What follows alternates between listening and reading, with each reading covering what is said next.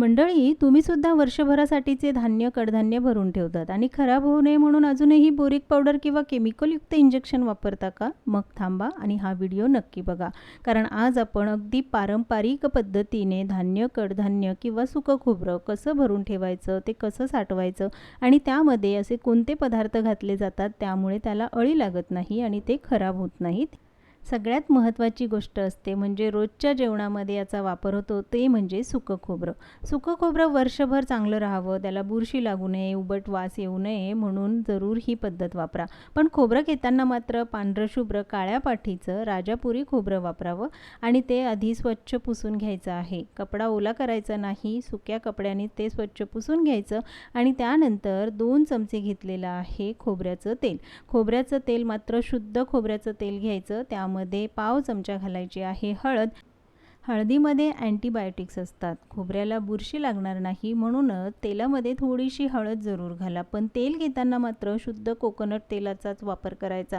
वेगवेगळे जे स्मेल येणारे तेल असतात ते मात्र वापरायचे नाही. आता हे जे मिश्रण आहे ते खोबऱ्याला व्यवस्थित लावून घ्यायचं आहे.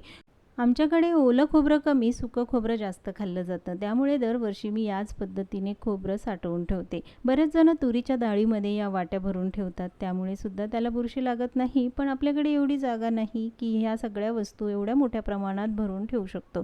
त्यामुळे ही साधी सोपी पद्धत. सगळ्या वाट्यांना मी तेल आणि हळदीचं हे मिश्रण लावून घेतलं. आता दुसरी पद्धत म्हणजे महिना 2 महिने पुरेल असं सुकं खोबरं मी किसून ठेवते. फूड प्रोसेसरमध्ये केलं तर अगदी 5-10 मिनिटांमध्ये तुम्ही किलो 2 किलो खोबरं किसून ठेवू शकता. असं खोबरं किसून ठेवलं त्यामुळे आयत्या वेळेस पटकन उपयोगात येतं, वेळ वाचतो आणि कामही सोपं होतं. आता हा खोबऱ्याचा किस आणि खोबरं उन्हामध्ये सुकवून घ्यायचं 4 ते 5 तास. कारण चांगलं सुकलं तर त्याला बुरशी लागणार नाही, वासही येत नाही. खोबरं जास्त वेळ उन्हात सुकवायचं नाही, नाहीतर ते फार कोरडं होतं. आता हे सुकवलेलं खोबरं प्लॅस्टिकच्या पिशवीत म्हणा किंवा काचेच्या बरणीमध्ये भरून ठेवायचं. इथे मी अशा प्लॅस्टिकच्या पिशव्या घेतल्या, त्यामध्ये हे सगळं सुकं खोबरं भरायचं, व्यवस्थित सील पॅक करायचं आहे म्हणजे त्याला हवा लागणार नाही. आणि हे खोबरं तुम्ही बाहेरच ठेवलं तरीसुद्धा ते खराब होत नाही. डाळी मात्र लवकर खराब होतात. डाळी असतील किंवा कडधान्य, मटकी, चवळी हे पदार्थ माझी आजी साठवून ठेवताना ती राखेमध्ये भरून ठेवायची. 4 ते 5 दिवस राखेमध्ये भरून ठेवायचे आणि त्यानंतर ते स्वच्छ करून सुकवून घ्यायचे म्हणजे त्याला अजिबात कीड लागत नव्हती. पण आजकाल या नवनवीन गोष्टी आल्यामुळे आपण जुन्या गोष्टींना विसरत चाललो आहे आणि त्यामुळेच तर आपलं आरोग्यसुद्धा बिघडत चाललं आहे. सगळ्या डाळी आधी साफ करून घ्यायच्या, चाळून घ्या, त्यातले खडे किंवा कचरा काढून टाकायचा. पावसाळ्यामध्ये या डाळी महाग होतात म्हणून तर आपण उन्हाळ्यामध्येच ही सोय करून ठेवतो. तर इथे मी 5 ते 6 चमचे घेतलेलं आहे खाण्याचं तेल, म्हणजेच रिफाईंड तेल. कोणतंही तेल तुम्ही वापरू शकता. त्यामध्ये अर्धा चमचा हळद घालायची. हळद व्यवस्थित तेलामध्ये मिक्स करायची. फक्तच तेल न लावता त्यामध्ये थोडीशी हळद जरूर घाला, कारण हळदीमध्ये अँटीबायोटिक्स असतात. त्यामुळेच कोणत्याही पदार्थाला बुरशी लागत नाही, ते खराब होत नाहीत. आता हे मिश्रण डाळीमध्ये घालायचं. 4 ते 5 चमचे आपण इथे वापरलं आहे. मी 2 किलो डाळ घेतली, त्यासाठी फक्त 4 ते 5 चमचेचं हे मिश्रण घेतलं. त्यानंतर डाळीला व्यवस्थित लावून घ्यायचं आहे. सगळ्या डाळीला हे मिश्रण लागेल असं हाताने चोळून घ्यायचं. मंडळी, धान्य किंवा कडधान्य भरून ठेवत असताना तुम्ही त्यामध्ये कोणते पदार्थ वापरतात किंवा अशी कोणती पारंपरिक पद्धत जर तुम्हाला माहिती असेल तर कमेंट्समध्ये जरूर सांगा, म्हणजे नक्कीच सगळ्यांना त्याची मदत होईल. मुगाच्या डाळीमध्ये सुद्धा हेच तेल वापरायचं आहे. ज्या डाळींचा रंग पिवळा आहे त्यामध्येच फक्त हळदीचं तेल वापरायचं. तर डाळीला हे व्यवस्थित लावून घेतलं, त्यानंतर त्या उन्हामध्ये सुकायला ठेवायच्या. पण ही उडदाची डाळ असते त्यामध्ये मात्र हळदीचं तेल वापरायचं नाही, नाहीतर तिचा रंग बदलेल. 3 किलो उडदाची डाळ आहे, त्यासाठी 4 चमचे रिफाईंड तेल घालून घेतलं आणि हळद न वापरता वापरायचं आहे हिंग.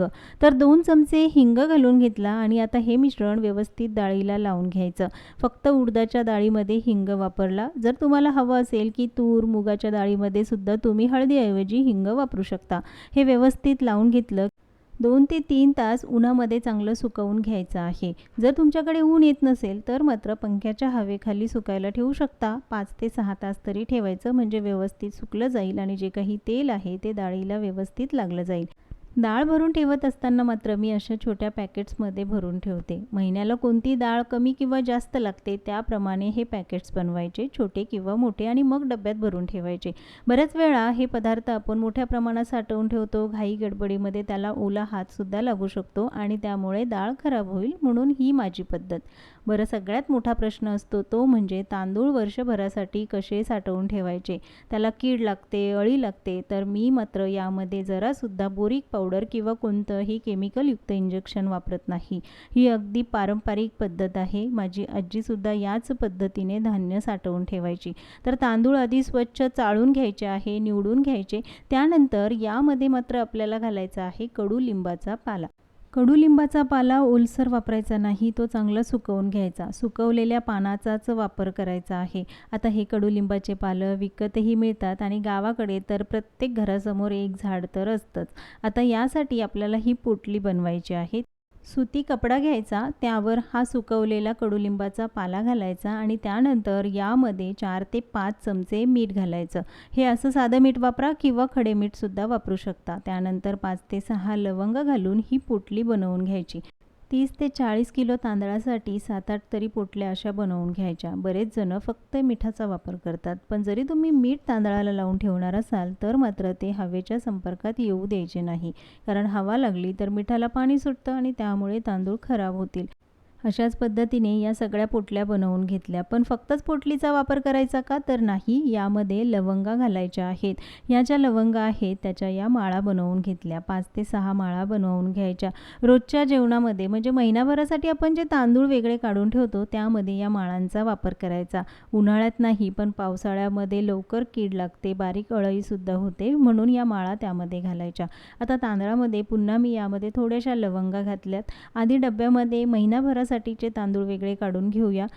डब्बा चांगला पुसून सुकवून घ्यायचा आणि त्यानंतर त्यामध्ये तांदूळ भरायचे. म्हणजे महिन्याभरासाठी तुम्हाला किती तांदूळ लागतात तेवढे डब्यामध्ये भरून घ्यायचे. थोडेसे तांदूळ घातले की त्यामध्ये लवंगाची ही माळ घालायची, पुन्हा त्यामध्ये तांदूळ घालायचे. अशाच पद्धतीने या लवंगाच्या माळांचा वापर करायचा आहे. सगळ्या माळी मात्र एकसोबतच वापरायच्या नाही. सगळ्यात वरती ही लवंगाची माळ घालायची आणि पुन्हा त्यामध्ये तांदूळ घातले. पण डब्बा भरून ठेवत असताना डब्याला जी रिंग असते त्याच्यावरती मात्र तांदूळ भरायचे नाही. त्याच्या खालपर्यंतच हे भरून झाकण लावून ठेवायचे. आता राहिलेले तांदूळ आपण या गोणीमध्ये भरून ठेवणार आहोत. गोणीला आतमधून प्लास्टिकचं कोटिंग आहे, पण जर तुम्ही साधी गोणी वापरणार असाल तर त्यामध्ये मात्र मोठी प्लास्टिकची पिशवी घाला. सगळ्यात सुरुवातीला पोटली ठेवायची, मग तांदूळ भरून ठेवायचे आणि मध्यभागी पुन्हा ही पोटली घालायची. अशाच पद्धतीने हे तांदूळ भरून ठेवायचे आहे. सगळे तांदूळ भरून ठेवले. सगळ्यात वरती पोटली आणि लवंगाची ही माळ घालायची. तोंड चांगलं बंद करायचं आणि मग हवेशीर ठिकाणी ही गोणी ठेवायची आहे. फार उबट ठिकाणी ठेवायची नाही, त्यामुळे लवकरच त्याला कीड लागते. बऱ्याच वेळा बोरिक पावडर आपण वापरतो. मुलं ही खेळता खेळता पटकन तांदूळ तोंडामध्ये घालतात आणि ही बोरिक पावडर अशीच पोटामध्ये जाऊ शकते, म्हणून बोरिक पावडरचा वापर करायचा नाही. तांदूळ आणि डाळ तर वर्षभरासाठी भरून ठेवली, पण गहूसुद्धा आपल्याला वर्षभरासाठीचेच साठवून ठेवायचे आहे. त्याआधी ते स्वच्छ चाळून निवडून घ्यायचे आणि 2 दिवस तरी उन्हामध्ये सुकवून घ्यायचे. उन्हामध्ये सुकवले की त्यातला ओलसरपणा निघून जातो आणि गहू जास्त दिवस टिकतात.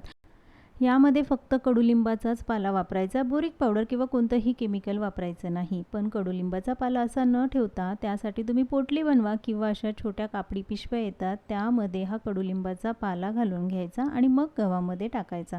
बऱ्याच वेळा असाच पाला टाकला की मग ते दळण करताना वेगळा काढायला जास्त वेळ लागतो, म्हणून जर तुम्हाला आवडत असेल तर करा, नाही केलं तर नुसताच पाला गव्हामध्ये टाकू शकता. कडुलिंबाचा पाला मात्र चांगला सुकवूनच घालायचा. त्यामध्ये जरासुद्धा ओलसरपणा नसावा. जर पाला ओलसर असेल तर गव्हाला कीड लागेल आणि ते लवकर खराब होतील, म्हणून पाला चांगला सुकवून नंतर गव्हामध्ये घालायचा. व्यवस्थित मिक्स करून घ्यायचा. पण पाला घालताना थोडासा तो कुस्करून घाला. गहू साठवण्यासाठी बोरिक पावडरचाच वापर केला जातो, पण जेव्हा आपण गव्हाचं पीठ दळून आणतो तेव्हा काही गहू आधी धुतले जात नाही. ते लगेचच दळण करून दळले जातात. त्यामुळे त्या दळणामध्ये किंवा पिठामध्ये बोरिक पावडरचा काही प्रमाणात तरी अंश तसाच राहतो आणि तेच अन्न आपल्या पोटात जातं. त्यामुळे बोरिक पावडरचा वापर न करता या पद्धतीने तुम्ही गहू साठवून ठेवा. सगळे गहू गोणीमध्ये किंवा कोठीमध्ये भरून ठेवायचे. सगळ्यात वरती हा कडुलिंबाचा पाला घालायचा. तोंड चांगलं बंद करून ह्या गोण्या मात्र हवेशीर ठिकाणी ठेवायच्या. वर्षभरासाठीचे साठवणीचे हे पदार्थ साठवताना तुम्ही कोणती काळजी घेता हे कमेंट्समध्ये जरूर सांगा.